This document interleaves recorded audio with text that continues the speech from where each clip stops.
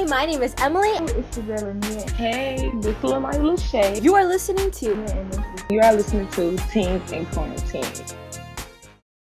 Woo Chile. We are back as three little birdies discussing garbage fire. Today is Oscar edition. I am Aniyah.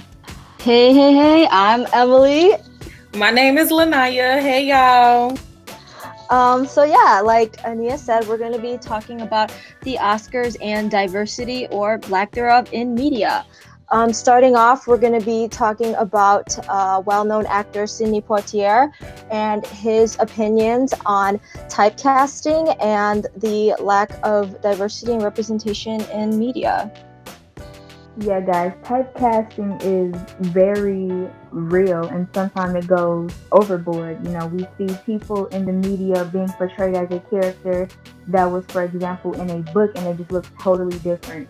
Like in The Hate U Give, Star was clearly a dark-skinned black girl with type 4 hair. In the movie, who played it? Amanda Stillberg. No hate to her, but she does not fit the description of what I read in the original book. Just saying. Yeah, and I think something important to know is even though, in recent years we have had more diversity in films, 2011 we had only 11%, now we have 28%. Just because it is more diverse doesn't mean it's accurate representation, and like you said, I feel like Hollywood just likes to use the same group of minorities to represent a whole, when in reality, that's not the true experience of minorities in America and around the world. I definitely agree with what you said, Emily. I feel like when it comes to Black people specifically, they are only cast to portray struggle and, like what they're going through, when in reality there should be more movies about Black romance, movies about more Black superheroes. Like, why can't I get a movie about Black wizards? Why is there so many movies about slavery and Jim Crow when there's more to the Black community than that? I completely agree with you 100%, and I think a lot of that also relates to, like I said, the movies that the Oscars are nominating this year. We may have 9 minority actors nominated, but that doesn't necessarily mean the stories we're hearing are diverse, because most of the films that have primarily African-American cast are about the struggle, like Judas and the Black Messiah, and the same for the Asian community with the film Minari. It's nice that we have diversity. Like you said, though, it would be interesting and nicer to have different experiences of minorities being portrayed in media. That's a very good point. And even as far as directors that are accredited, like you said, the Oscars are coming up. I just want to know, why has Spike Lee never won a Best Director?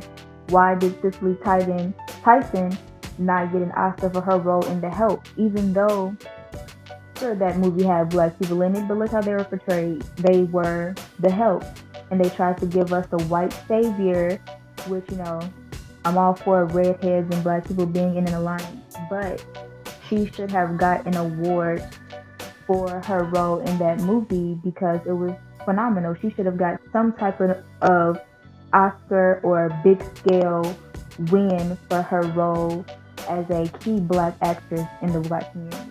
Completely agree with you. Just because we nominate minorities doesn't mean that does enough.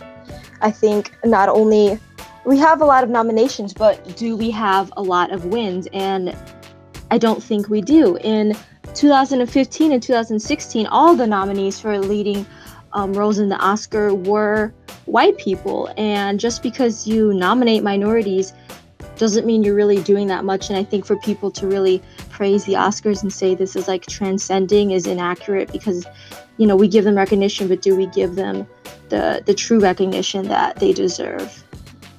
And also, when they do get recognition, what are they getting recognized for? For example, Denzel Washington has played in probably 100+ movies, and the only one he got an Oscar for was for playing a dirty cop in a movie. That's the only Oscar he got.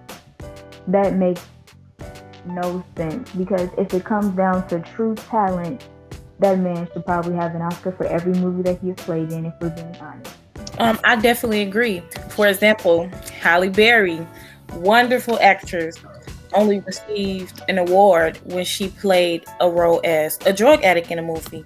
Like, I feel like black people and people of color never get credited for anything unless it's negative, in a negative light, when they play negative roles or stereotypical roles.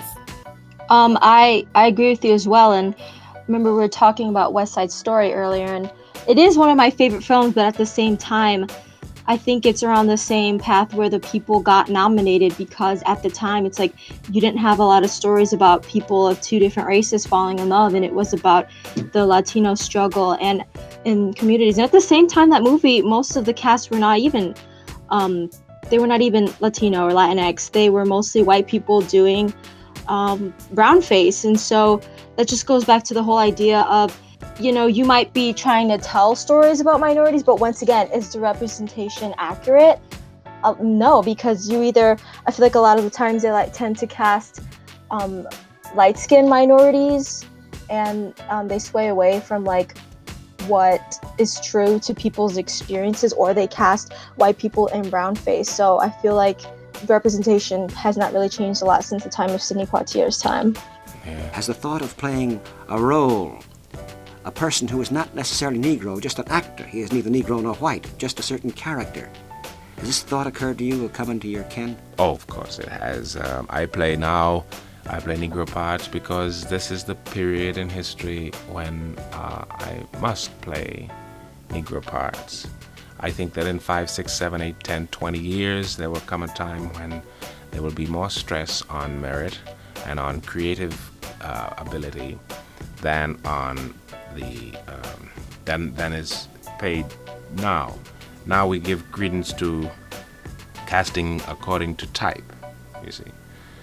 And we do this primarily, I think, because we don't have a real standard in the American theater.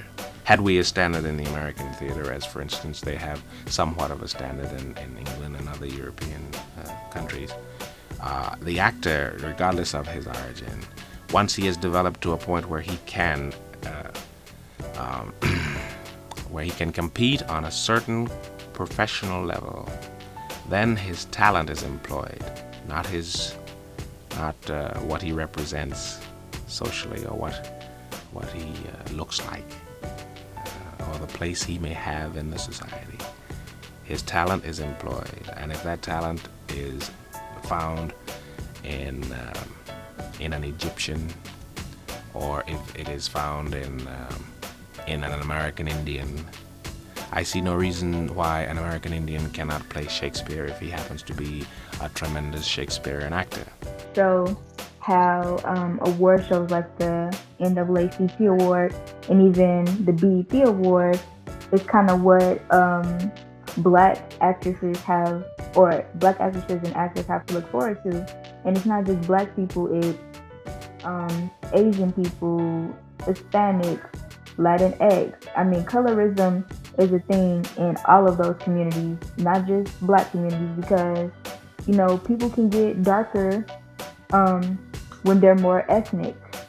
And I feel like being darker has a negative connotation to it, just rooting back to slavery times. The lighter people were kept in the house. Darker people out on the, what's it called? Somebody help me out. The plantation, whatever. Like fields? Yeah.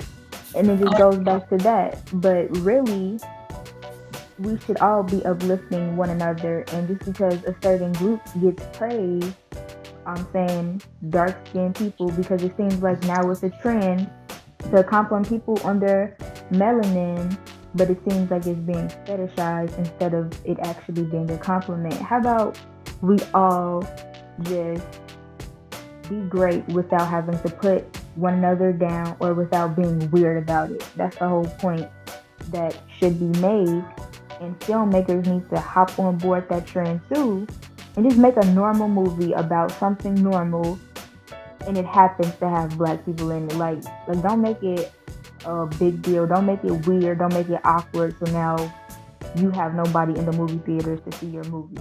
Make a normal movie how you would make it for a white person, a white family. Like, people are really bozos.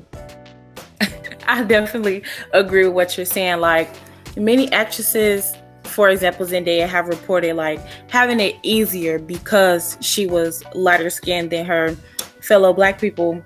And I think that light skinned people are always portrayed as soft and sweet and innocent, and then the darker skinned people always get the harsh roles, like for fulfilling racial stereotypes. Like when you said, why can't we have a regular movie where all people are included, where all black people are included, and the ones who are darker don't play into racial stereotypes? Thank you for listening to our podcast, TED Talk. And if we do one again, we hope to see you next time.